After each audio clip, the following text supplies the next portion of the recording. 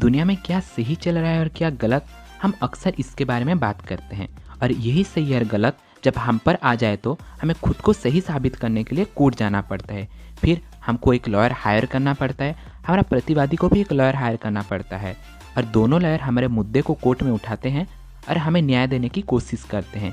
लेकिन क्या आपको पता है, आप बिना लॉयर हायर किए भी खुद केस लड़ सकते हैं। अगर आप ये बात पहले से जानते हैं तो ठीक है, अगर नहीं जानते हैं तो कोई बात नहीं। आज हम आपको इस वीडियो में बताएंगे कि आप बिना लॉयर हायर किए कैसे अपना केस खुद लड़ सकते हैं। तो नमस्कार दोस्तों, आप सभी को फिर से एक बार स्वागत है आपका अपना ही चैनल इनफैक्ट मीडिया में। तो बात यह है कि आजकल जब कोई व्यक्ति किसी समस्या से घिर जाता है तो उसे न्यायालय से ही उम्मीद रहती है। आजकल एक लॉयर एक केस लेने के लिए कितना फीस चार्जेस करते हैं ये आपको भी पता है, हमें भी पता है।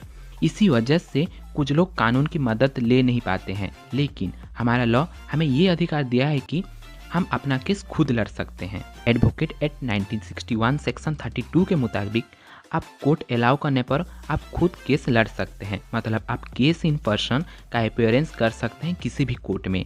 ये आपका जन्मगत अधिकार जाना जाता है।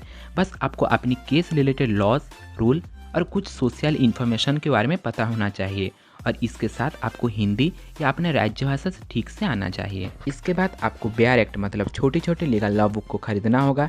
ये आपको बहुत ही चीप रेट में किसी भी मार्केट में मिल जाएगा। देन अगर आपके ऊपर क्रिमिनल केस चल रहा है तो आप Indian penal code 1860, code of criminal procedure 1973, Indian evidence act 1972 आप खरीद सकते हैं। इंडियन पेनल कोड देश के अंदर हुए अपराधों का निर्धारण करता है और उसके लिए दंड बताता है। कोड ऑफ क्रिमिनल प्रोसीजर उन अपराधों का किस तरह से व्यक्ति को दंड तक ले जाया जाएगा इसका निर्धारण करती है। और इंडियन एविडेंस एक्ट ये निर्धारण करती है कि कौन से एविडेंस के आधार पर दोषियों को सजा दी जा सकती है। खुद अपने केस को लड़ने के लिए आपको ये तीनों एक्ट के बारे में पता होना चाहिए, क्योंकि ये बहुत ही इंपॉर्टेंट एक्ट है।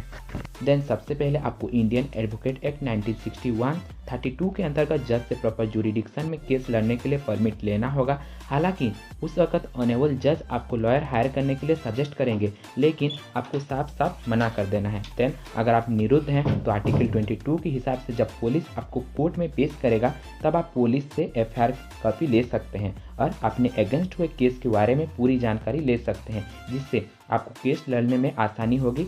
इससे इस्तेमाल हुए एविडेंस चार्जेस के बारे में आप जान सकते हैं। देन देखते हैं legal provision of order 3 of code of civil procedure 1908। सबसे पहले आपको अपने ऊपर कॉन्फिडेंस होना चाहिए कि आप ये केस खुद लड़ सकते हैं। देन आपके पास केस रिलेटेड प्रॉपर एविडेंस होना चाहिए। उसके बाद आपको अपॉइंटमेंट ऑफ प्लेडर के लिए अप्लाई करना होगा विथ प्रॉपर जुरिडिक्शन, मतलब मैं खुद मेरा केस लड़ सकता हूँ कहकर ये एप्लीकेशन लिखना होगा जज को। देन आपको केस लड़ने के लिए परमिट मिलने के बाद आप अपना केस के ऊपर लीगली काम कर सकते हैं।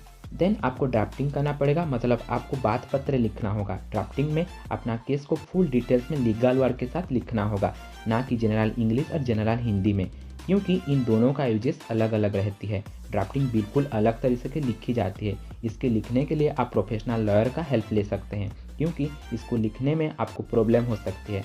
आपको यहाँ पर लीगल वर्ड को सही से यूज करना होगा, नहीं तो आपका एप्लीकेशन रिजेक्ट हो सकता है। ड्राफ्टिंग का काम खत्म होने के बाद आपको उसे फिलिंग करना होगा, और भी प्रॉपर जुरिडिक्शन के अंदर कोर्ट में। प्रॉपर जुरिडिक्शन मतलब आपका केस जिस एरिया के कोर्ट में आता है वहाँ की आपको अपना पिटीशन फाइल करना होगा। अगर आपका यहाँ पर कोई मिस्टेक कर देते हैं तो आपका केस 2-3 दिनों में रिजेक्ट कर दिया जाएगा।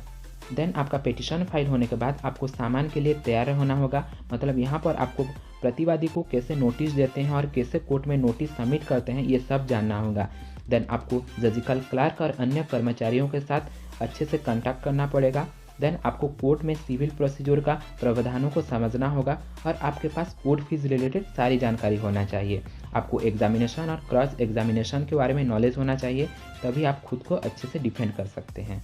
अगर आपको फ्री वकील नहीं मिलते हैं या फिर आपका वकील अगर आपका केस को हैंडल नहीं कर पा रहा है, फिर आपका वकील इनकैपेबल है उस केस को लेकर, या एक्सपेंसेस आप उसका बियर नहीं कर पा रहे हैं, तो फिर आप अपना केस लड़ सकते हैं अगर आपके पास आज लीगल नॉलेज है तो।